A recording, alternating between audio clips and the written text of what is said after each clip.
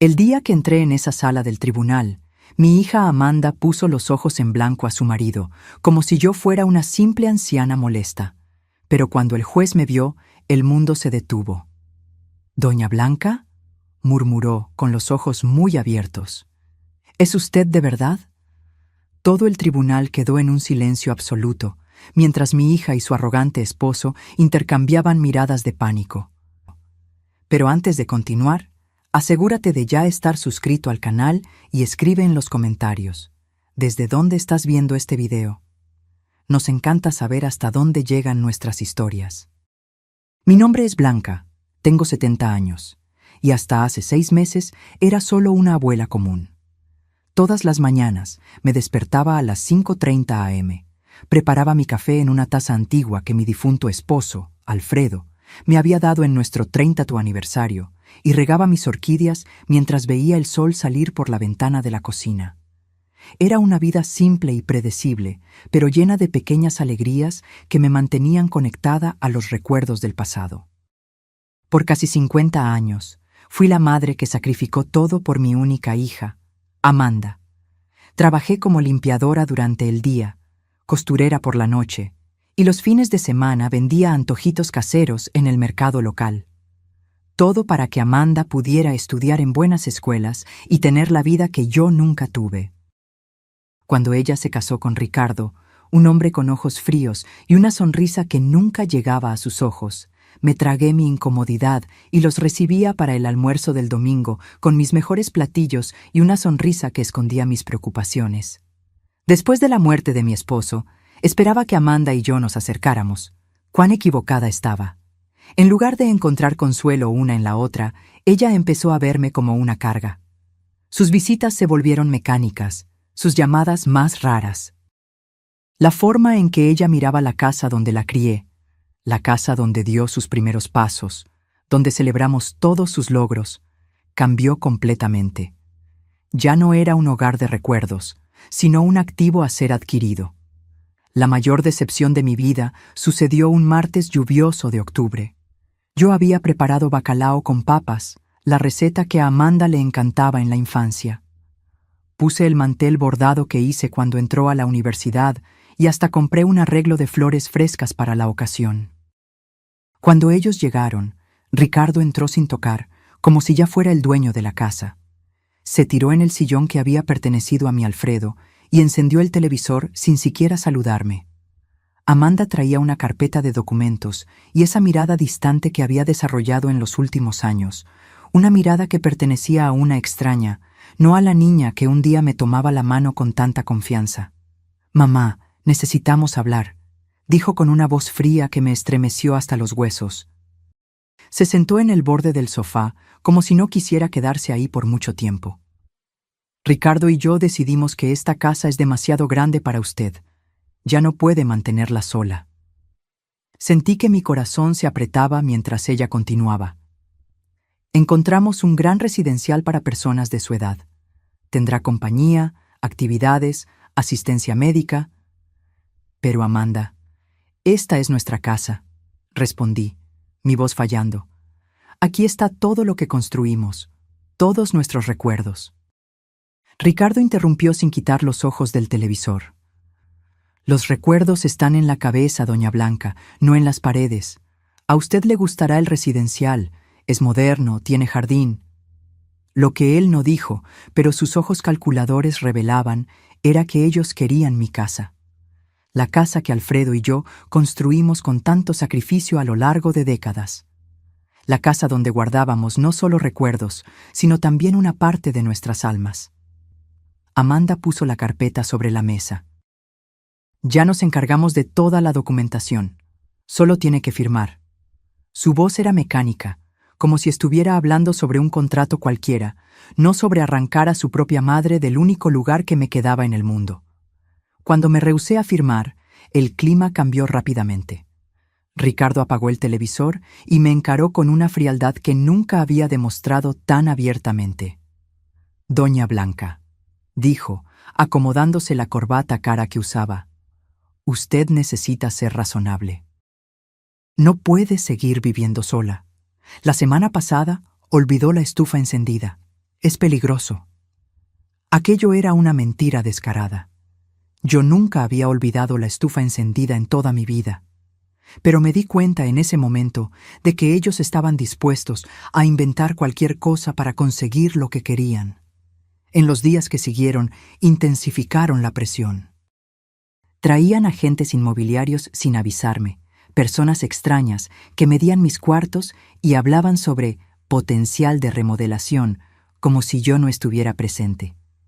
Amanda empezó a empacar mis cosas sin permiso, decidiendo por su cuenta lo que yo necesitaba llevar y lo que podría ser desechado o vendido. «Este vestido es tan viejo, mamá», decía, sosteniendo el vestido azul que usé en el funeral de mi esposo. «No lo va a necesitar en el residencial».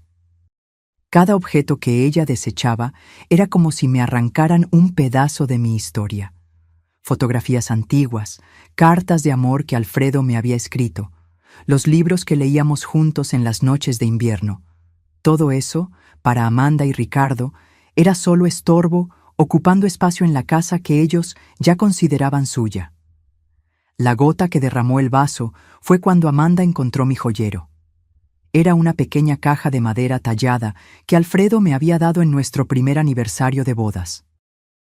Dentro, además de algunas piezas de valor sentimental, estaba el collar de perlas que había pertenecido a mi madre. «Voy a guardarle esto», dijo, poniendo la caja en su bolso. «Estas cosas pueden desaparecer en el residencial». En ese momento, vi en los ojos de mi hija algo que nunca había notado antes: codicia. Pura y simple codicia, disfrazada de preocupación filial. Y por primera vez en mi vida, sentí una rabia que no sabía que era capaz de sentir. Esa noche, sola en mi cuarto mientras escuchaba a Amanda y Ricardo conversando en voz baja en la sala sobre cómo resolver el problema en el que yo me había convertido, lloré como no lloraba desde la muerte de mi esposo. Pero no eran solo lágrimas de tristeza, eran lágrimas de indignación, de revuelta contra la injusticia de ser tratada como un objeto desechable después de una vida entera de dedicación. Fue entonces que tomé una decisión. No me iría sin luchar. No permitiría que borraran mi existencia, que me redujeran a un inconveniente a ser resuelto. Con esa determinación recién descubierta, me sequé las lágrimas y empecé a pensar en cómo podría defenderme de aquellos que debían protegerme.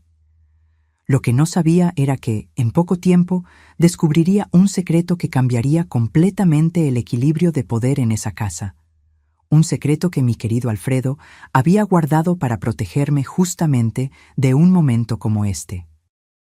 A la mañana siguiente, Amanda llegó temprano con más cajas y una determinación renovada. «Hoy vamos a organizar la oficina de papá», anunció ella, dirigiéndose al cuarto que yo mantenía intacto desde que Alfredo partió, hace 3 años. «No», respondí con una firmeza que la sorprendió. «Ese lugar aún no está listo para ser tocado». «Mamá, ya pasaron 3 años», replicó con impaciencia. «No podemos mantener un santuario para siempre. La casa necesita ser preparada para la venta».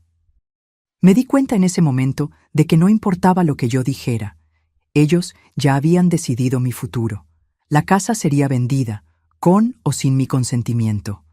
Encontrarían una forma de declararme incapaz si yo no cooperaba. Cuando Amanda salió a buscar más cajas en el auto, entré en la oficina y cerré la puerta con llave. Aquel era el último refugio de los recuerdos de mi esposo, el lugar donde su olor aún flotaba en el aire, donde sus cosas permanecían exactamente como él las había dejado. Pasé los dedos por los libros en el estante, por los papeles organizados meticulosamente en carpetas, por el portarretratos con nuestra foto de bodas. Fue entonces que noté algo a lo que nunca había prestado atención antes. En el último estante de la librería, escondida detrás de una hilera de enciclopedias antiguas, había una pequeña caja fuerte empotrada en la pared. En 47 años de matrimonio, nunca supe de su existencia. Mis manos temblaban mientras yo intentaba imaginar la combinación. Probé nuestra fecha de matrimonio, el cumpleaños de Alfredo, el nacimiento de Amanda. Nada funcionó. Finalmente, en un impulso, intenté la fecha en que nos conocimos, esa tarde lluviosa de domingo en que nos refugiamos bajo el mismo toldo de una pastelería. Para mi sorpresa, la caja fuerte se abrió. Dentro había una carpeta de cuero con las iniciales de Alfredo grabadas en dorado. Al abrirla, encontré documentos que me dejaron sin aliento. Escrituras de propiedades, extractos bancarios de cuentas que yo desconocía, certificados de acciones en empresas de renombre, pólizas de seguros con valores que me hacían dar vueltas la cabeza. Y en medio de todo eso, un sobre sellado con mi nombre escrito en la caligrafía inconfundible de mi esposo. Con las manos temblorosas, abrí el sobre y empecé a leer. Mi querida Blanca, si estás leyendo esta carta, significa que yo ya partí y que tú encontraste lo que guardé para proteger tu futuro. Perdóname por mantener en secreto nuestros verdaderos recursos financieros durante todos estos años. No fue por falta de confianza, sino por precaución. Siempre desconfié de las intenciones de Ricardo. Hay algo en él que me preocupaba desde el principio. Una ambición desmedida que me hizo temer por lo que podría suceder cuando yo ya no estuviera aquí para protegerte. Por eso, monté esta red de seguridad silenciosamente, invirtiendo cada centavo extra que conseguíamos ahorrar. Todo lo que está documentado en esta carpeta te pertenece exclusivamente a ti. Amanda solo tendrá derecho a una pequeña parte si, y solamente si, te cuida con el mismo amor y dedicación que tú siempre tuviste por ella. En caso contrario, tú tienes todo el poder para protegerte. Usa este poder con sabiduría, mi amor, no por venganza, sino para garantizar el respeto que te mereces. En el fondo, Amanda es una buena persona, solo fácilmente influenciable. Pero si necesitas defenderte, ahora tienes los medios para hacerlo. Con todo mi amor, para toda la eternidad, Alfredo. Las lágrimas corrían por mi rostro mientras yo absorbía cada palabra. Mi Alfredo, siempre tan quieto y discreto, había construido un imperio en silencio para protegerme. Mientras yo creía que vivíamos modestamente, él invertía en propiedades, acciones y negocios que ahora valían una fortuna. Entre los documentos, encontré algo que me dejó con la boca abierta: la escritura del edificio donde Amanda y Ricardo vivían. El apartamento lujoso del que tanto se enorgullecían, que ostentaban como símbolo de su éxito, en realidad me pertenecía. Ellos pagaban alquiler a una administradora que depositaba el valor directamente en una cuenta a mi nombre, cuenta que yo ni siquiera sabía que existía. Había más. Alfredo poseía acciones en la empresa donde Ricardo trabajaba. No eran acciones menores, sino una participación significativa lo suficiente para influir en decisiones importantes, incluso sobre el futuro de empleados como mi yerno. Sentada en el suelo de la oficina, rodeada de papeles que representaban más dinero del que yo jamás imaginé poseer, me reí entre lágrimas. Amanda y Ricardo creían que me estaban echando de mi casa para quedársela, sin tener idea de que esta casa era la más pequeña de mis propiedades. Los golpes insistentes en la puerta me trajeron de vuelta a la realidad. «¡Mamá! ¡Abra esa puerta ahora mismo!», gritaba Amanda. Rápidamente, guardé los documentos más importantes en mi bolso y devolví el resto a la caja fuerte, cerrándola cuidadosamente. Cuando abrí la puerta, Amanda me miró con irritación. «¿Qué está haciendo usted encerrada aquí adentro?». Solo me despedía. Respondí con una calma que la desconcertó. «Tienes razón, Amanda. Quizás sea hora de seguir adelante». Ella me estudió con desconfianza, pero luego su rostro se suavizó, creyendo que yo finalmente había cedido. «Me alegro de que haya entendido, mamá.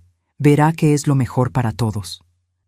Sí, estuve de acuerdo, sosteniendo firmemente mi bolso donde guardaba los documentos que lo cambiarían todo. Estoy segura de que cada uno tendrá exactamente lo que se merece. Esa noche, mientras Amanda y Ricardo celebraban su aparente victoria con una botella de vino caro en la sala, yo hice una llamada a un número que encontré entre los contactos de Alfredo. La doctora Elena Viana, abogada. «Doctora...». «¿Elena? Mi nombre es Blanca Mendonza. viuda de Alfredo Mendonza. Necesito su ayuda con algunos asuntos urgentes relacionados con mi herencia. Cuando colgué el teléfono, miré la fotografía de Alfredo en la mesita de noche y sonreí. Siempre lo supiste, ¿no, mi viejo? Siempre supiste que este día llegaría. Por primera vez en meses, dormí profundamente, no con la resignación de quien fue derrotada, sino con la tranquilidad de quien finalmente encontró su fuerza. La Doctimo. Elena Viana era exactamente como Alfredo la describió en sus notas. Una mujer de mediana edad con ojos perspicaces que no dejaban escapar ningún detalle. Cuando entré en su oficina, 3 días después, ella ya había analizado copias de los documentos que le envié por correo electrónico y montado una estrategia preliminar. Doña Blanca, dijo después de ofrecerme un café, su esposo fue extremadamente meticuloso. Todos los documentos están en orden, las inversiones fueron hechas de forma legal y el testamento es absolutamente incontestable. Usted es, sin duda, una mujer muy rica. Esas palabras sonaban extrañas para mí, que siempre viví contando centavos para llegar a fin de mes. Pero la abogada continuó, mostrándome un informe detallado de todos mis activos. Lo más interesante, observó, es que su esposo estructuró todo de forma que su hija y yerno no puedan impugnar.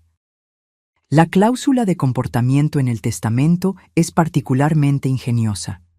Ellos solo tendrían derecho a una parte de los bienes si la cuidaran a usted con amor y respeto.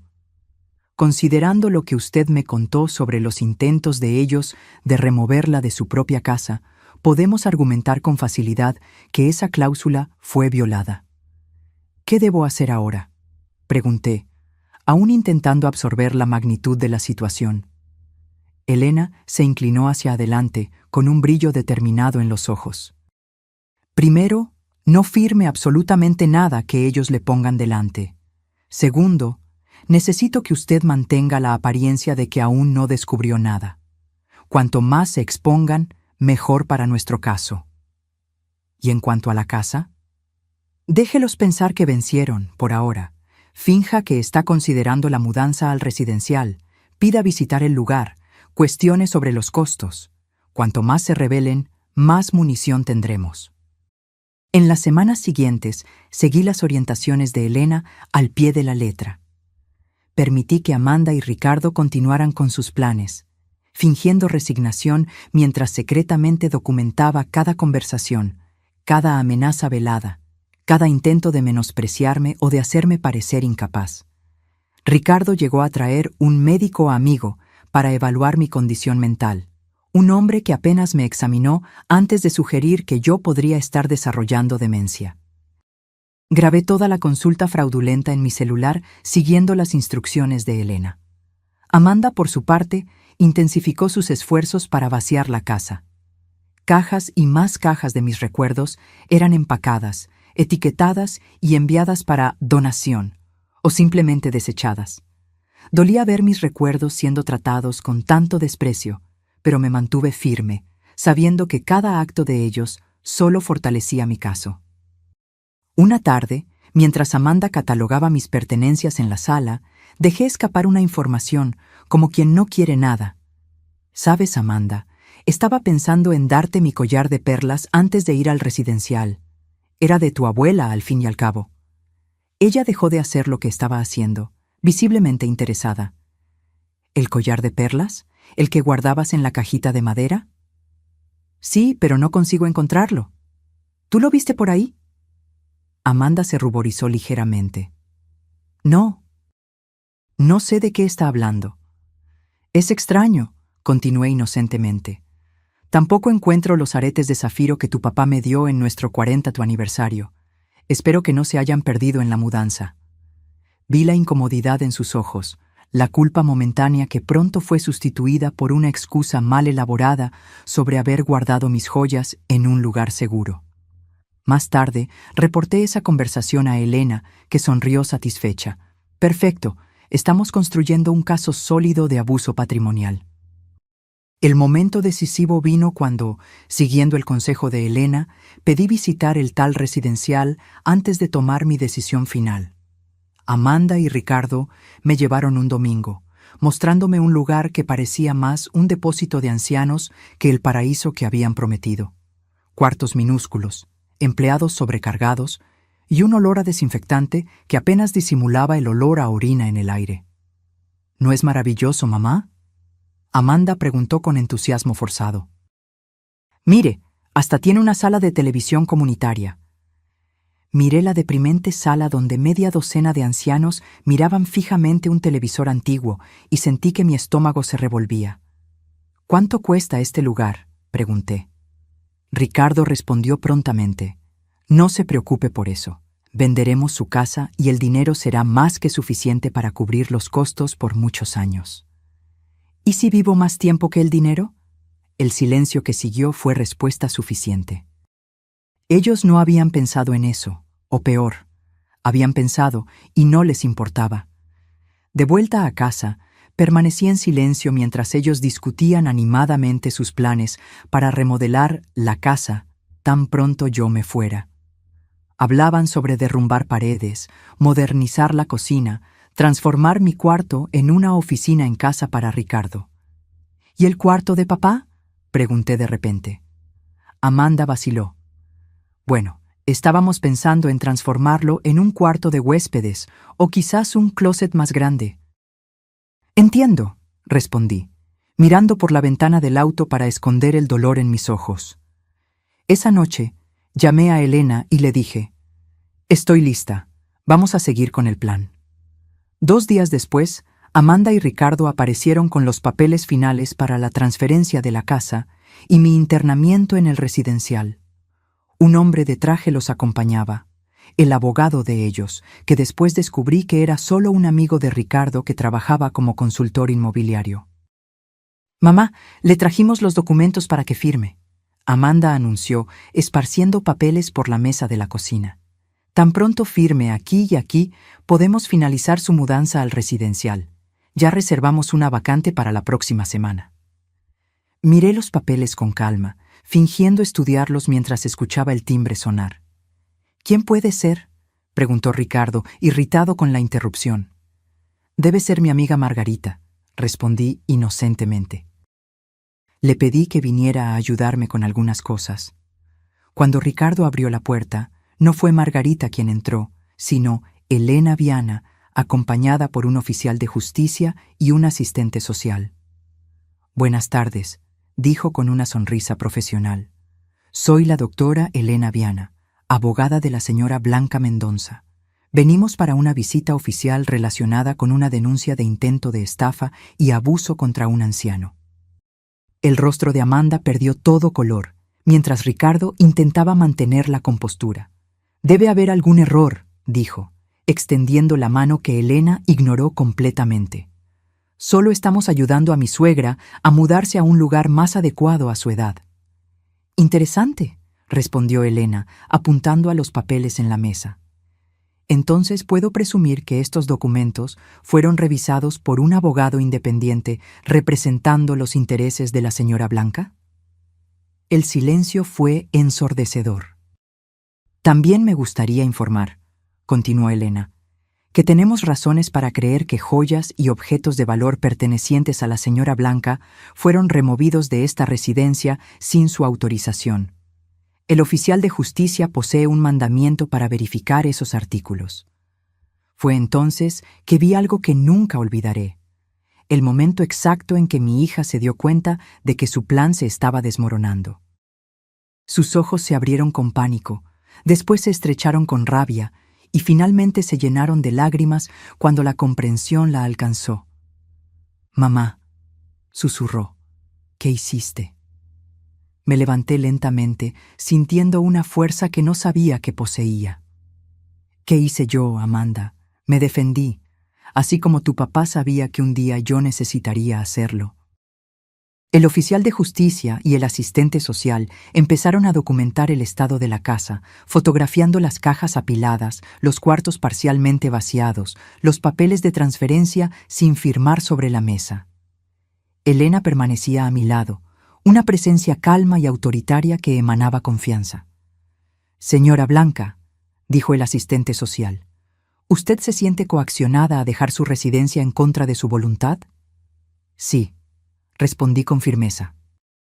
«Mi hija y mi yerno me han presionado por meses, llegando a amenazar con declararme mentalmente incapaz si yo no accedía a ir a un asilo». Amanda se adelantó, indignada. «Esto es absurdo. Solo estamos intentando cuidarla.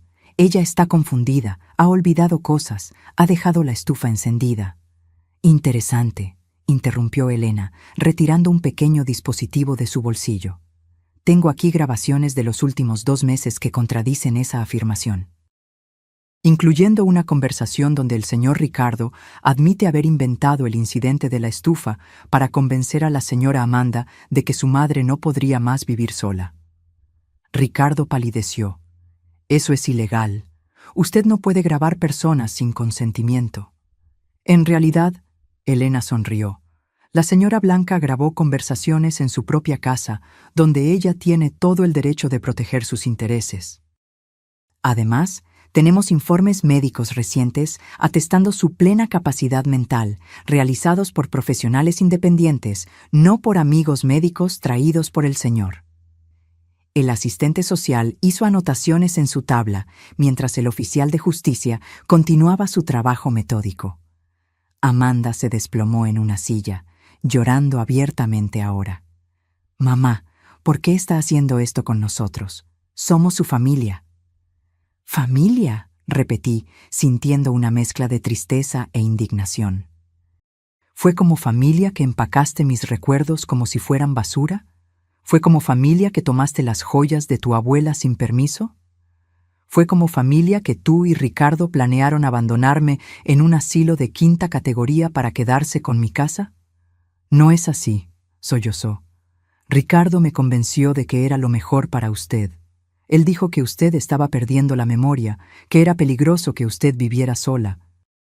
«¿Y tú le creíste a él en vez de confiar en tu propia madre?», pregunté, sintiendo que mi corazón se rompía de nuevo. «¿Me conoces tan poco así?». Ricardo, dándose cuenta de que la situación estaba fuera de control, intentó recuperar la autoridad. «Esto es un malentendido que podemos resolver en familia.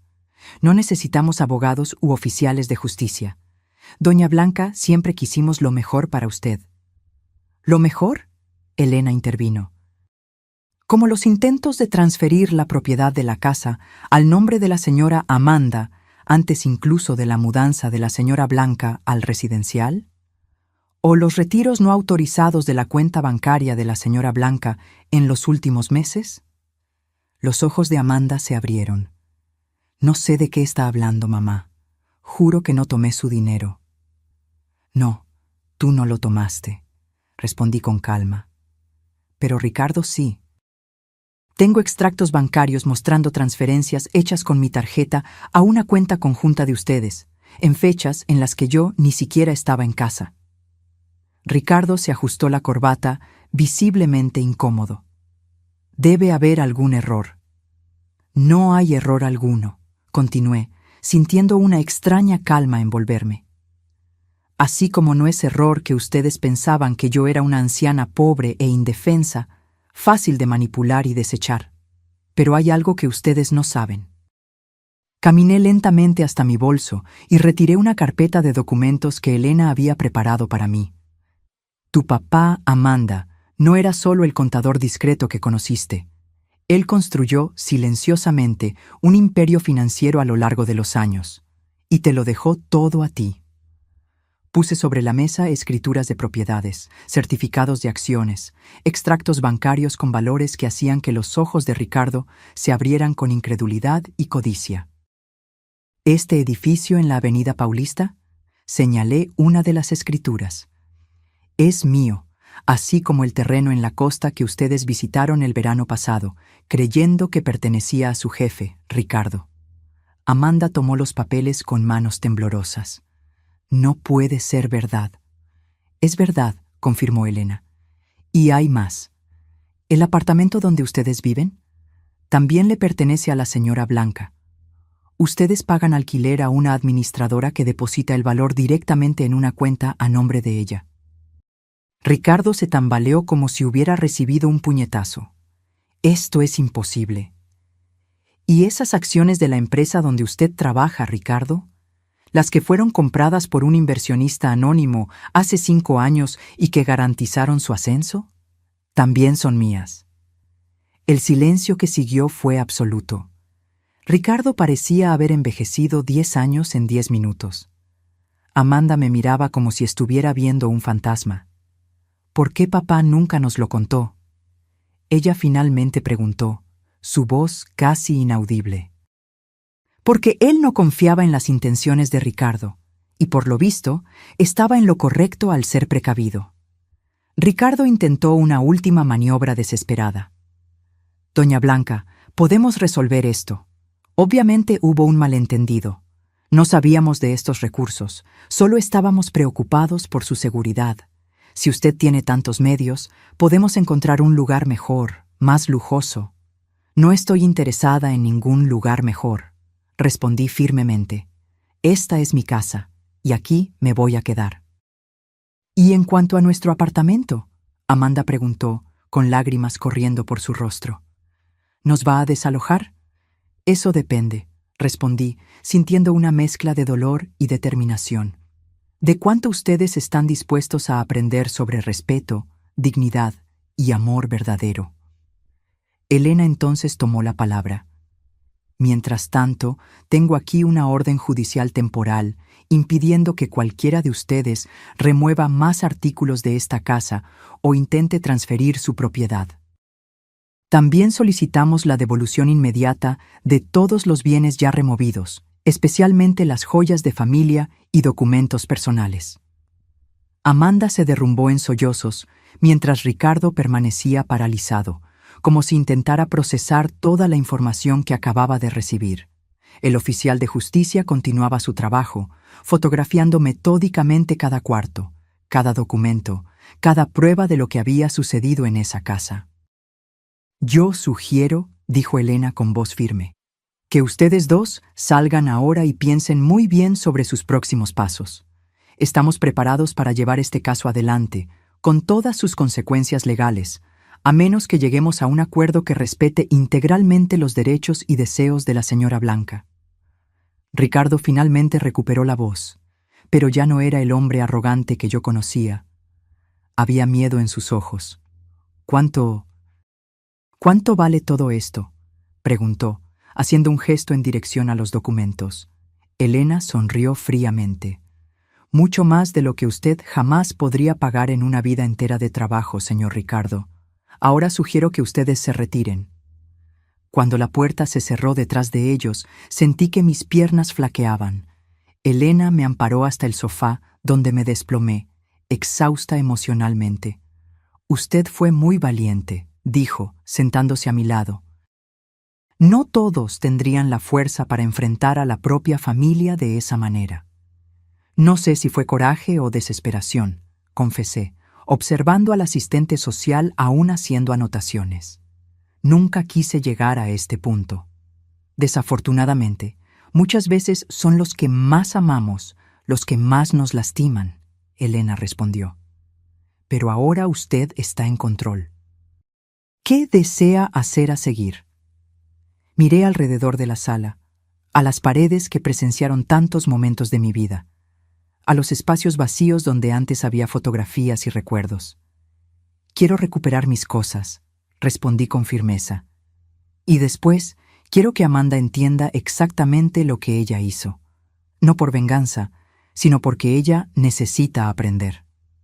En los días que siguieron, recibí llamadas desesperadas de Amanda. Al principio, las ignoré todas, siguiendo el consejo de Elena para mantener distancia hasta que los aspectos legales fueran resueltos. Ricardo, por otro lado, desapareció completamente. Supe después que él había pedido licencia en el trabajo y viajado para resolver asuntos personales. Una semana después de la confrontación, Elena me trajo noticias. Recibimos una propuesta de acuerdo, dijo, entregándome una carpeta. Su yerno está dispuesto a devolver todas sus posesiones, reconocer públicamente que usted está en pleno dominio de sus facultades mentales y renunciar a cualquier reivindicación sobre su casa o patrimonio.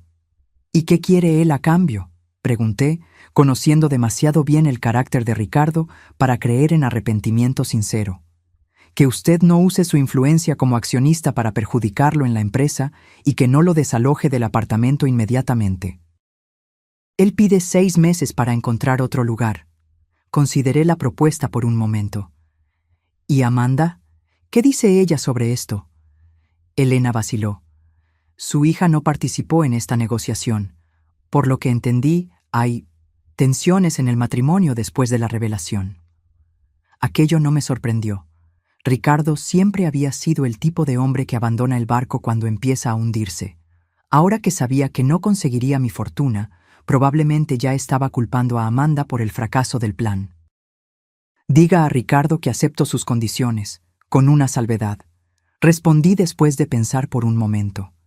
Si él quiere permanecer en el apartamento por 6 meses, tendrá que aumentar el valor del alquiler en 50%.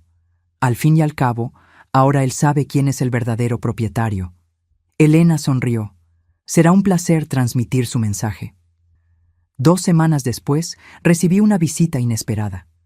Amanda estaba en mi puerta, sola, con ojeras profundas y el rostro marcado por noches de insomnio. ¿Puedo pasar?, preguntó tímidamente, tan diferente de la mujer arrogante que había intentado echarme de mi propia casa. Abrí la puerta en silencio y la dejé pasar. Ella cargaba 2 grandes cajas que puso cuidadosamente sobre la mesa de la sala. «Sus joyas», dijo con voz embargada.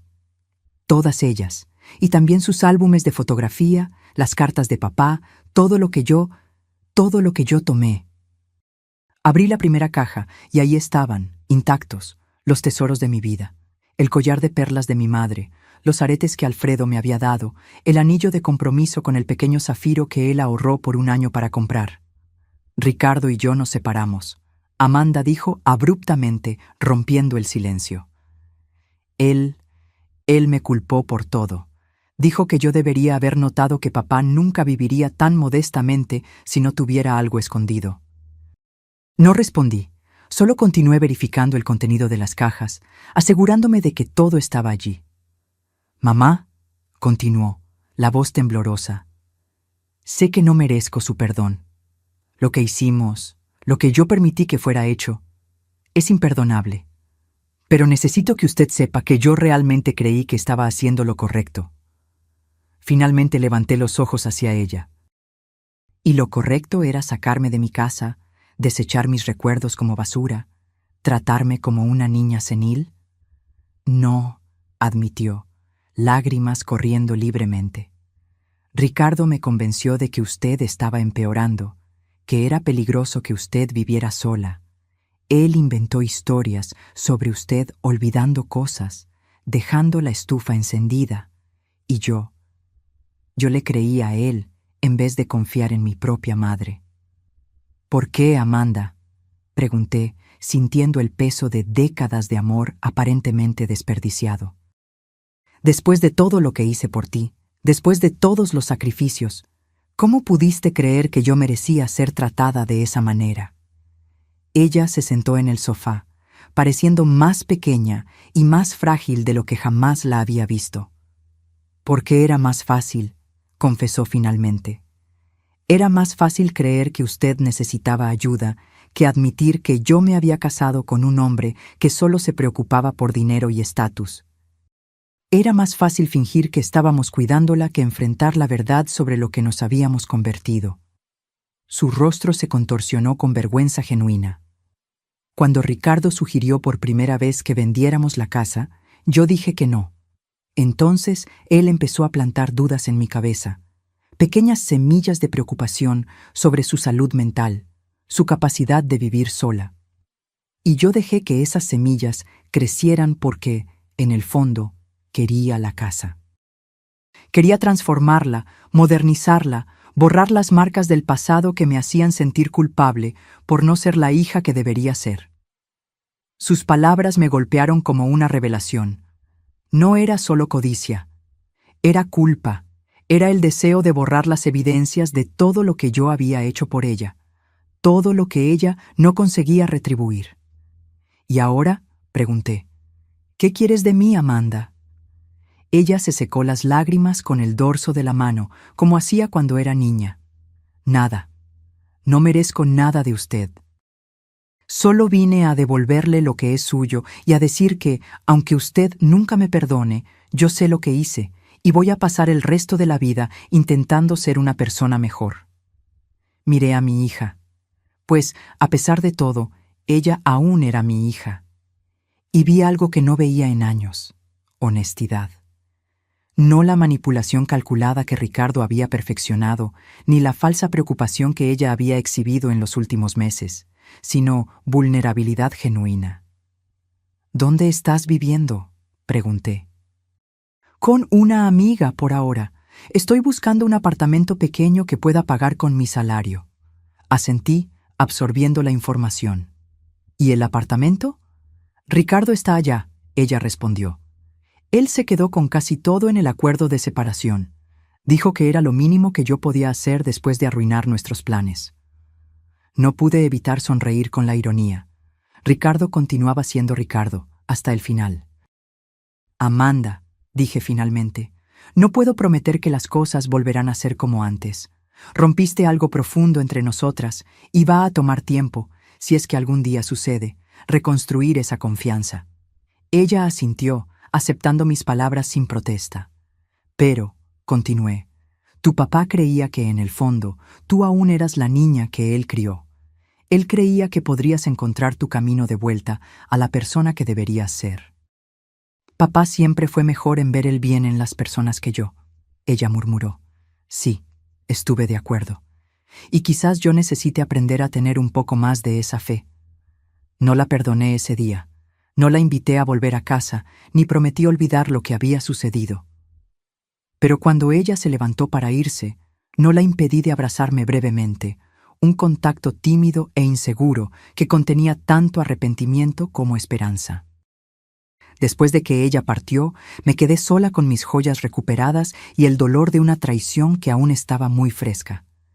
Pero por primera vez en meses, también sentí algo diferente. No solo la satisfacción de haberme defendido, sino la posibilidad, aunque remota, de curación.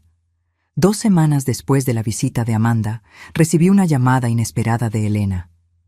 Doña Blanca, surgió una situación que usted debería saber.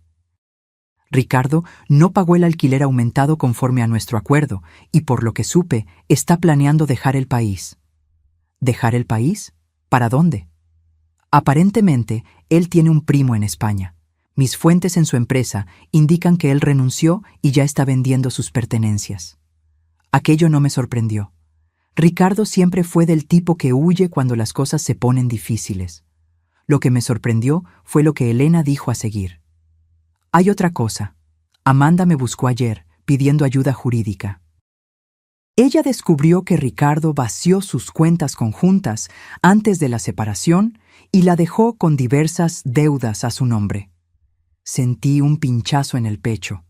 A pesar de todo, era mi hija la que estaba sufriendo. ¿Qué pretende hacer ella? Estamos entrando con medidas cautelares para impedir que él salga del país sin resolver sus pendientes. Pero, sinceramente, creo que él ya transfirió el dinero al exterior. Amanda está prácticamente en bancarrota, además de endeudada. Después de colgar, me quedé mirando por la ventana por un largo tiempo, observando el jardín donde Amanda solía jugar cuando era niña. Recordé la carta de Alfredo, de sus palabras sobre usar el poder no para lastimar, sino para proteger y enseñar. Al día siguiente, le pedí a Elena que preparara algunos documentos y llamé a Amanda. Necesitamos hablar, dije simplemente. Ella llegó puntualmente, vestida con ropas simples que yo nunca la había visto usar. El glamour de esposa de ejecutivo había desaparecido completamente. Elena me contó sobre Ricardo. Empecé tan pronto nos sentamos. Sobre las deudas, el dinero, todo. Amanda asintió resignadamente. Él planeó todo eso hace meses, Mientras fingíamos preocuparnos por usted, él ya estaba preparando su huida. Fui tan estúpida, mamá, tan ciega. Muchas mujeres inteligentes son engañadas por hombres como Ricardo, respondí. No te culpes por eso. Cúlpate por lo que tú me hiciste a mí, no por lo que él te hizo a ti. Ella bajó los ojos, aceptando la dura verdad en mis palabras. Tengo una propuesta para ti, continué, deslizando una carpeta por la mesa. No es caridad ni perdón automático, es una oportunidad. Amanda abrió la carpeta dubitativamente y sus ojos se abrieron al leer el contenido. ¿Esto es un contrato de trabajo? Sí, para la Fundación Alfredo Mendonça. Una organización que estoy creando para ayudar a ancianos víctimas de abuso familiar y abandono. La idea había nacido durante mis noches de insomnio, cuando me di cuenta de que mi historia no era única. ¿Cuántos otros ancianos estaban siendo manipulados por familiares codiciosos? ¿Cuántos estaban siendo forzados a dejar sus casas, a renunciar a sus vidas, sin tener la suerte que yo tuve de contar con un esposo precavido? ¿Usted quiere que yo trabaje para usted? Amanda preguntó, confundida. Quiero que tú trabajes para la fundación. Tu conocimiento en administración será útil. El salario es modesto, pero justo, y hay una cláusula de vivienda. Puedes ocupar el apartamento pequeño en el fondo de esta casa, lo que te ahorrará en alquiler mientras reorganizas tu vida. ¿Por qué? Ella susurró. ¿Por qué haría esto por mí después de todo? Me levanté y caminé hasta la ventana, observando mi jardín floreciendo bajo el sol de la tarde. No estoy haciendo esto por ti, Amanda. Estoy haciendo por la mujer que tú puedes llegar a ser. Por la hija que tu papá creía que tú aún eras, en el fondo. Y estoy haciendo por todos los ancianos que no tuvieron la suerte que yo tuve, que no tienen cómo defenderse. Me di la vuelta para encararla. Tu trabajo será arduo y frecuentemente doloroso. Vas a escuchar historias que te recordarán lo que tú misma intentaste hacerme a mí. Tendrás que mirar a los ojos de personas que fueron traicionadas por aquellos que debían amarlas. Y, quizás, a través de ese trabajo, tú entiendas verdaderamente lo que intentaste hacer. Amanda sostenía el contrato con manos temblorosas. No sé si merezco esta oportunidad. Probablemente no la mereces, respondí con honestidad. Pero tu papá siempre decía que el perdón no es algo que se merezca, es algo que se ofrece. No estoy lista para perdonarte completamente, pero estoy dispuesta a ofrecer un camino. En los meses que siguieron, transformé mi dolor en propósito. Con la ayuda de Elena, creé la Fundación Alfredo Mendonça, usando parte de la fortuna que mi esposo había acumulado para defender a aquellos que no podían defenderse solos. Compramos una casa grande, cerca de la mía, y la transformamos en un centro de apoyo jurídico y emocional para ancianos en situación de vulnerabilidad. Amanda, fiel a su palabra, trabajaba incansablemente. Al principio, los otros empleados de la fundación la trataban con desconfianza. Todos conocían nuestra historia, que yo nunca intenté esconder. Pero con el tiempo, su dedicación genuina empezó a ganar respeto. La vía de redención no fue fácil para ella. Hubo días en que llegaba a casa, pues el pequeño apartamento en el fondo de mi casa se había convertido en su hogar, con los ojos rojos de tanto llorar después de escuchar historias particularmente dolorosas de ancianos abandonados o explotados. ¿Cómo puede mirarme todos los días sabiendo lo que yo intenté hacer?, me preguntó una noche, cuando nos encontramos en la cocina compartida. Porque veo que estás intentando cambiar, respondí simplemente. Y porque tu papá creía que tú podías ser mejor. Ricardo nunca regresó. Supimos, a través de contactos de la fundación, que él se había establecido en España y ya estaba involucrado con otra mujer, una viuda rica, por coincidencia o patrón.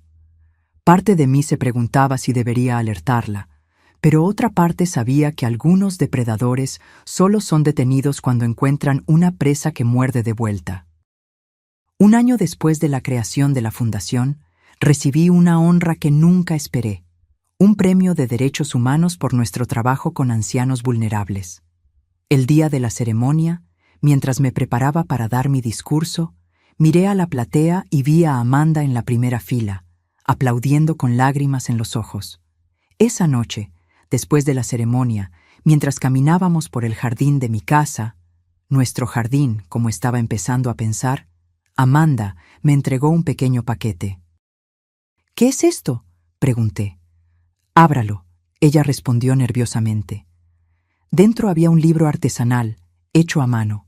En las páginas, Amanda había pegado fotografías antiguas de nuestra familia, muchas de las mismas fotos que ella había empacado tan descuidadamente un año antes, pero ahora cada una venía acompañada de una carta escrita a mano, recordando el momento capturado y reflexionando sobre el significado de esos recuerdos. «Pasé meses buscando estas fotos», ella explicó. Algunas estaban con Ricardo, otras con amigos a los que se las regalé sin pensar. Quería reunir nuestros recuerdos nuevamente, no para borrarlos, sino para honrarlos. Hojeé el libro con cuidado, sintiendo el peso de las décadas de historia familiar en mis manos. En la última página había una foto reciente de la fundación, con todo el equipo reunido enfrente del edificio, y abajo una simple inscripción: «Para mi mamá, que me enseñó que nunca es demasiado tarde para empezar de nuevo». Y para mi papá, que siempre supo que yo encontraría mi camino de vuelta. Esa noche, por primera vez en más de un año, abracé a mi hija sin reservas. No era un perdón completo. Algunas heridas son demasiado profundas para cicatrizar completamente. Pero era un comienzo, un reconocimiento de que ambas estábamos cambiando, creciendo, aprendiendo a ser una familia nuevamente, esta vez basada en respeto mutuo en vez de obligación. Mientras observábamos las estrellas desde nuestro jardín compartido, pensé en Alfredo y en cómo él había planeado todo esto. No solo la protección financiera, sino también la posibilidad de redención. Él conocía a nuestra hija mejor que cualquiera de nosotras. Sabía que ella podría perderse, pero también creía que ella podría encontrar su camino de vuelta a la luz. Y mientras las estrellas brillaban encima de nosotras, sentí que él tenía razón, sobre todo. 18 meses después de la creación de la fundación, recibí una noticia que lo cambiaría todo nuevamente. Uno de los abogados voluntarios que trabajaba con nosotros me buscó con una expresión grave. «Doña Blanca, encontramos algo que usted debería ver», él dijo, entregándome una carpeta. Durante nuestra investigación para el caso de la señora Olivia, descubrimos que el mismo esquema fue usado contra varias otras ancianas. ¿Y adivine quién está detrás de todo? Abrí la carpeta y sentí que mi sangre se helaba. Ahí estaba Ricardo, usando otro nombre, pero inconfundible en las fotografías de vigilancia. Él había regresado a Brasil secretamente y estaba operando un esquema sofisticado para engañar a viudas ancianas, haciéndolas firmar documentos que transferían sus propiedades a empresas fantasma. «Él volvió», murmuré, «y está haciendo lo mismo con otras mujeres». El abogado asintió sombríamente. «Ya informamos a las autoridades, pero necesitamos a alguien que lo conozca para hacer una identificación formal, alguien que pueda testificar sobre sus métodos y su personalidad». Esa noche, conversé con Amanda sobre el descubrimiento. Ella palideció al ver las fotografías y los documentos. Él no cambió nada, ella dijo con amargura. Solo encontró nuevas víctimas. Las autoridades quieren que testifiquemos contra él, expliqué. Yo ya decidí que voy, pero tú no necesitas involucrarte si no quieres. Amanda me miró con una determinación que me recordó a mí misma. No, mamá, necesito hacer esto. Necesito enfrentarlo, no solo por nosotras, sino por todas esas mujeres.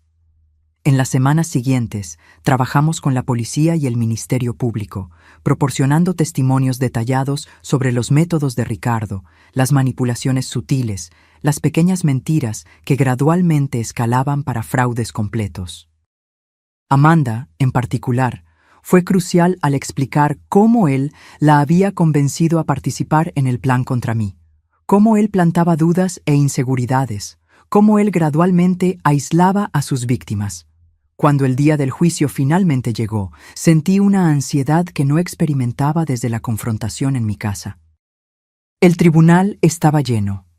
Nuestro caso había recibido atención de los medios, en parte debido al trabajo de la Fundación, que ahora era conocida nacionalmente por su lucha contra el abuso financiero de ancianos.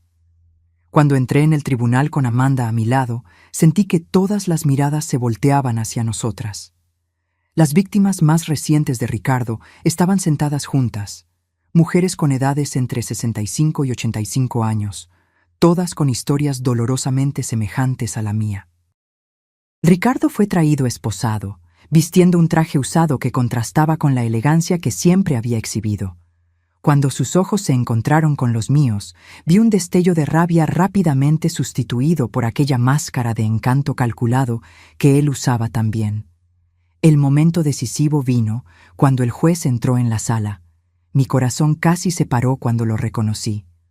Juez Enrique Méndez, anunció el oficial de justicia.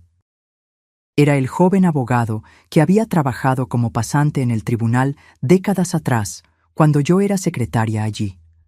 El mismo hombre tímido que yo había alentado cuando todos los demás lo trataban con desdén. El muchacho para quien yo llevaba café en las noches en que él trabajaba hasta tarde, estudiando para exámenes. Él no me reconoció inmediatamente, ocupado con los procedimientos iniciales. Pero cuando llegó mi turno de testificar, y yo dije mi nombre, vi sus ojos levantarse de los papeles con una expresión de sorpresa y reconocimiento. «¿Doña Blanca?», él preguntó, ajustándose los lentes como si no pudiera creer lo que veía. «¿Blanca Almeida de la Secretaría del Tribunal Regional?». «Sí, su señoría», respondí con una pequeña sonrisa. «Ha pasado mucho tiempo». El juez sonrió brevemente antes de retomar su expresión profesional. «Ciertamente ha pasado. Por favor, continúe con su testimonio». Durante las 2 horas siguientes, narré en detalles todo lo que Ricardo había hecho, cómo él había manipulado a mi hija, cómo había intentado despojarme de mi casa y dignidad, cómo había planeado abandonarme en un asilo de calidad dudosa. Hablé sobre el descubrimiento de la fortuna que mi esposo había dejado y cómo eso había frustrado sus planes. «Y ahora», concluí, «él está haciendo lo mismo con otras mujeres que no tuvieron la suerte que yo tuve de contar con un esposo precavido». Cuando terminé, la abogada de Ricardo se levantó para el contrainterrogatorio, intentando pintarme como una señora confundida que había imaginado persecución donde había solo preocupación familiar. «Señora Blanca», ella preguntó con falsa simpatía, «¿no es verdad que usted estaba teniendo lapsos de memoria en la época? ¿Que usted a veces olvidaba dónde ponía las cosas, dejaba la estufa encendida?» «No», respondí firmemente. «Nunca tuve tales problemas. Su cliente inventó esas historias para convencer a mi hija de que yo necesitaba ser internada». «¿Y cómo puede usted tener tanta certeza de eso, si tenía problemas de memoria?». Ella insistió con una sonrisa condescendiente. «Objeción, su señoría», intervino el fiscal, argumentativa. «Aceptada», respondió el juez Enrique. «Abogada, reformule su pregunta». Pero antes de que ella pudiera hacerlo, pedí permiso para responder. «La señora pregunta cómo puedo tener certeza. Puedo tener certeza porque tengo informes médicos completos realizados después del intento de mi yerno de declararme incapaz. Puedo tener certeza porque tengo grabaciones de él admitiendo que inventó esos incidentes. Y puedo tener certeza porque a los 70 años de edad aún consigo recordar el primer día en que el hoy juez Enrique Méndez entró en el tribunal como pasante, vistiendo un traje azul marino que le quedaba demasiado grande en los hombros, cargando una carpeta de cuero sintético que había ganado de su madre como regalo de graduación.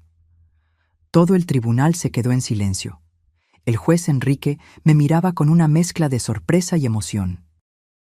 Me acuerdo de cada detalle de ese día, así como me acuerdo de cada detalle del día en que mi yerno y mi hija intentaron convencerme de que yo ya no era capaz de cuidarme a mí misma.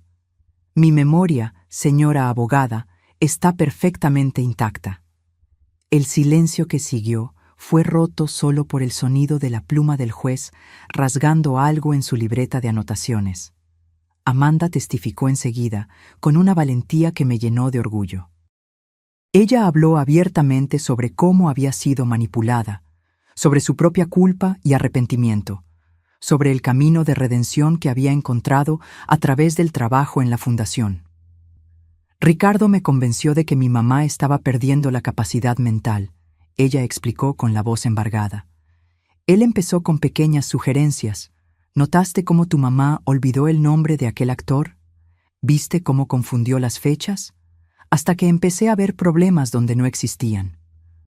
Cuando Ricardo finalmente testificó, fue como ver a un actor en escena.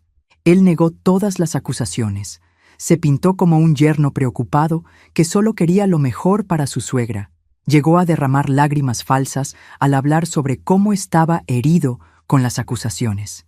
Pero entonces el fiscal presentó las evidencias, grabaciones, documentos falsificados, testimonios de todas las otras víctimas cuyas historias eran casi idénticas a la mía. Y finalmente, registros bancarios mostrando cómo él había desviado dinero de todas ellas. Al final del juicio, que duró 3 días, el juez Enrique Méndez pronunció su sentencia. Ricardo Alves da Costa. Este tribunal lo considera culpable de todas las acusaciones de estafa, falsedad ideológica, coacción y abuso contra ancianos vulnerables. El señor explotó la confianza de familiares y de mujeres que, en sus años dorados, merecían protección y respeto, no manipulación y robo. El juez ajustó los lentes, mirando directamente a Ricardo. Particularmente perturbador para este tribunal es la frialdad con que el señor planeó y ejecutó sus crímenes, apuntando específicamente a personas que el señor consideraba débiles e incapaces de defenderse. Él hizo una pausa, entonces continuó con una voz que combinaba autoridad y emoción contenida. Por estos crímenes, condeno al señor a 12 años de reclusión en régimen cerrado, además de la restitución integral a las víctimas y multa proporcional al daño causado. Mientras Ricardo era llevado fuera del tribunal, el juez Enrique me miró y me hizo un pequeño gesto de reconocimiento que pocos notaron, pero que para mí significó todo. Un recordatorio de que bondades pequeñas, como alentar a un joven pasante inseguro décadas atrás, pueden regresar cuando menos se espera. Al salir del tribunal, fuimos rodeadas por reporteros y por otras ancianas que habían asistido al juicio para buscar inspiración y esperanza. Una señora de cerca de 80 años se acercó a mí con lágrimas en los ojos. «Usted me dio valor», ella dijo, tomando mis manos. Después de verla en el periódico hablando sobre la fundación, me di cuenta de que mi sobrino estaba haciendo lo mismo conmigo. Gracias a usted, conseguí parar antes de que fuera demasiado tarde. Esa noche, en casa, Amanda y yo nos sentamos en el jardín con una botella de vino, celebrando no solo la victoria en el tribunal, sino también el camino que habíamos recorrido juntas. ¿Sabes qué es lo más irónico?, ella dijo, mirando a las estrellas. Si Ricardo nunca hubiera intentado tomar su casa, la fundación jamás habría existido. Todas esas mujeres que estamos ayudando ahora no tendrían a dónde ir. Tu papá siempre decía que incluso en las peores situaciones podemos encontrar propósito, respondí. Creo que, al final, él estaba en lo correcto sobre eso también. Amanda sonrió, una sonrisa que finalmente alcanzaba sus ojos, recordándome a la niña que ella había sido antes de que Ricardo entrara en nuestras vidas. Él estaría orgulloso de usted, mamá, de todo lo que usted construyó a partir del dolor. De nosotras dos, corregí gentilmente. Él siempre supo que tú encontrarías tu camino de vuelta. Miramos al cielo estrellado en silencio por algunos minutos, cada una perdida en sus propios pensamientos. La fundación se había convertido en más que solo un trabajo para nosotras. Era una misión compartida, un propósito que nos reconectó de una forma que yo nunca imaginé ser posible después de todo lo que habíamos pasado. Lo que sucedió hoy en el tribunal, Amanda dijo finalmente, cuando el juez la reconoció, fue como ver al destino desenvolviéndose, como si todas las piezas finalmente encajaran. La vida es así, respondí. A veces las gentilezas que ofrecemos regresan cuando más las necesitamos. Nunca imaginé que aquel joven pasante tímido un día se convertiría en el juez que condenaría a Ricardo. Usted siempre fue así, ¿no? Siempre ayudando a los otros sin esperar nada a cambio. Sonreí, recordándome de todos los pequeños gestos a lo largo de mi vida que nunca consideré extraordinarios. Llevar café a pasantes que trabajaban hasta tarde, defender a empleados más jóvenes de jefes tiránicos, ofrecer un hombro amigo a colegas en dificultades. Es solo la forma como fui criada, respondí. Tu abuela siempre decía que la bondad es la única inversión que nunca falla. Amanda levantó su copa. A la justicia y a la bondad que siempre regresa. 5 años pasaron desde el juicio de Ricardo. La Fundación Alfredo Mendonça se volvió una referencia nacional en la defensa de los derechos de los ancianos. Lo que empezó como una pequeña oficina de apoyo jurídico se expandió para 3 unidades en diferentes ciudades, ofreciendo no solo asistencia legal, sino también apoyo psicológico, actividades sociales y, más recientemente, vivienda temporal para ancianos en situación de vulnerabilidad. En una mañana soleada de primavera, yo estaba sentada en el jardín de la fundación, observando a un grupo de señoras participando de una clase de tai chi, cuando Amanda se acercó con un sobre en las manos. Llegó hoy, ella dijo, entregándome el sobre con el sello del Ministerio de Justicia. Creo que es lo que estábamos esperando. Con manos ligeramente temblorosas por la edad, ahora con 75 años, yo ya sentía el peso de los años en las articulaciones, abrí el sobre y leí su contenido. Fue aprobado, anuncié, sintiendo un nudo en la garganta. El proyecto de ley blanca para protección patrimonial y psicológica de ancianos vulnerables fue sancionado ayer. Amanda se sentó a mi lado, sus ojos brillando con lágrimas contenidas. Lo conseguimos, mamá. Realmente lo conseguimos. El proyecto, fruto de 3 años de trabajo incansable junto a legisladores y organizaciones de defensa de los derechos de los ancianos, creaba mecanismos legales más robustos para proteger a personas mayores de 65 años contra abusos financieros y psicológicos, especialmente aquellos perpetrados por familiares. Era la culminación de todo lo que habíamos aprendido con nuestra propia experiencia dolorosa, transformada en un instrumento que podría evitar que miles de otros ancianos sufrieran el mismo calvario. Tu papá estaría tan orgulloso, murmuré, guardando la carta cuidadosamente de vuelta en el sobre. No solo de nosotras, sino de cómo su previsión nos permitió crear algo tan más grande que nosotras mismas. Amanda tomó mi mano arrugada entre las suyas. A los 50 años, ella se había convertido en una mujer fuerte y compasiva, completamente diferente de aquella persona manipulada e insegura que casi me echó de mi propia casa. Su trabajo en la fundación la había transformado, así como me había transformado a mí. Tengo algo para mostrarle, ella dijo, ayudándome a levantarme. Una sorpresa que estamos preparando para la celebración del aniversario de la fundación.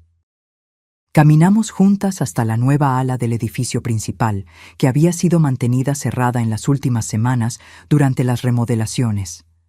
Amanda abrió la puerta y me condujo para adentro.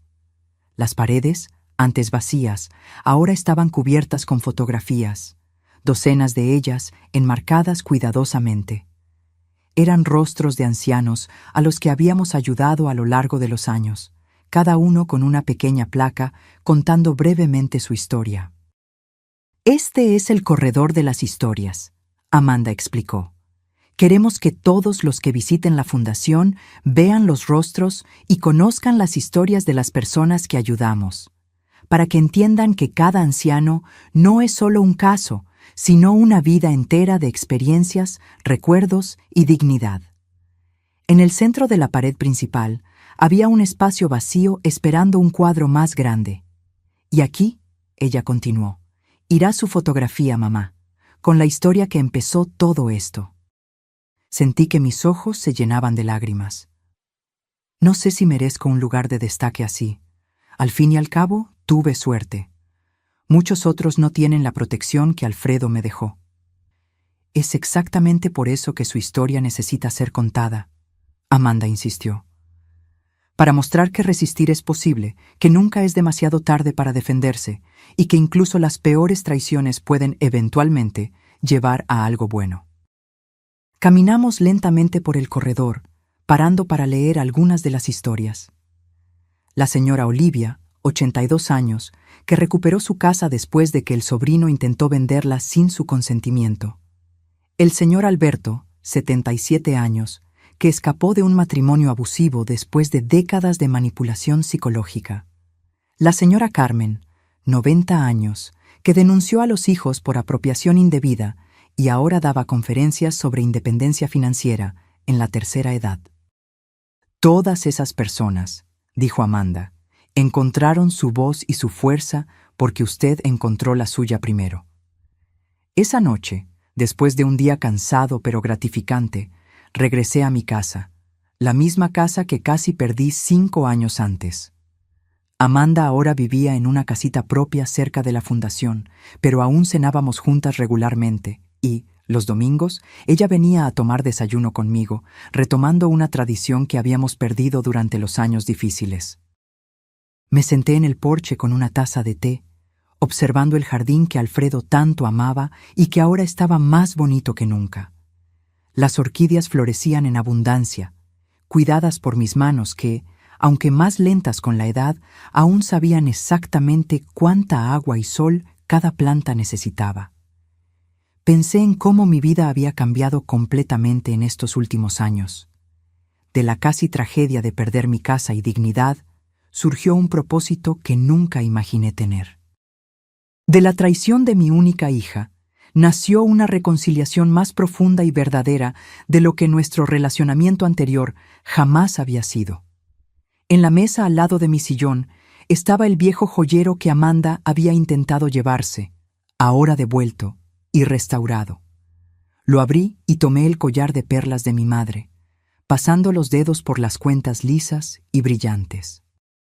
Mañana lo usaría en la ceremonia de conmemoración del aniversario de la fundación, donde sería anunciado oficialmente el proyecto de ley blanca. Un pequeño sobre en el fondo de la caja me llamó la atención. Lo abrí y encontré una nota escrita a mano por Amanda. Mamá, nunca podré borrar completamente el dolor que causé, pero espero seguir siendo digna de la segunda oportunidad que usted me dio. Cada día en la fundación me recuerda que nuestro trabajo no es solo sobre leyes y derechos, sino sobre restaurar la dignidad que muchos intentan quitar de nuestros ancianos. Gracias por enseñarme que nunca es demasiado tarde para empezar de nuevo. Nunca es demasiado tarde para hacer lo correcto. Con todo mi amor y gratitud, Amanda. Guardé la nota de vuelta en la caja, sintiendo una paz que solo viene cuando finalmente entendemos que incluso las experiencias más dolorosas pueden llevarnos a lugares que nunca imaginamos alcanzar. A la mañana siguiente, cuando me preparaba para la ceremonia, miré mi reflejo en el espejo. Vi los cabellos blancos que ahora usaba con orgullo, las arrugas que marcaban un rostro que había conocido tanto sufrimiento como alegría, los ojos que habían llorado tantas lágrimas, pero que ahora brillaban con propósito y satisfacción. Y pensé en lo que diría en mi discurso, en las palabras que me gustaría que otras mujeres de mi edad escucharan y se llevaran consigo. Nunca es demasiado tarde para defenderse. Nunca es demasiado tarde para transformar dolor en propósito. Y nunca, jamás, es demasiado tarde para descubrir su propia fuerza, incluso cuando aquellos que debían protegerla son los mismos que intentan derribarla. Cuando llegué a la fundación esa mañana, fui recibida por una multitud de rostros sonrientes. El equipo que habíamos construido, los ancianos que habíamos ayudado, autoridades y partidarios que creían en nuestra causa. Y en el centro de todo, Amanda, ahora directora ejecutiva de la fundación, me esperaba con un abrazo cálido y sincero. Al subir al escenario para dar mi discurso, miré a todas esas personas y sentí una profunda gratitud por todo. Sí, por todo, incluso por los intentos de Ricardo y Amanda de quitarme todo. Porque sin aquella oscuridad, yo jamás habría descubierto la luz que ahora iluminaba tantas otras vidas. Mi nombre es Blanca, empecé, ajustando el micrófono. Tengo 75 años y esta es la historia de cómo casi lo perdí todo, solo para encontrar un propósito más grande de lo que jamás imaginé. Y mientras compartía mi jornada, vi en los ojos de la platea el reconocimiento, la esperanza y, más importante, la determinación de que mi historia no sería única, que juntas estábamos creando un mundo donde los ancianos serían tratados con el respeto y la dignidad que merecen. Al final del discurso, cuando los aplausos resonaban por el salón, miré al cielo a través de las ventanas altas y sonreí. ¿Viste, Alfredo?, pensé. Tuviste razón, sobre todo. Ahora, si te gustó esta historia, dale clic ya a este próximo video que está apareciendo en la pantalla porque en él la historia de traición y giro como nunca antes viste.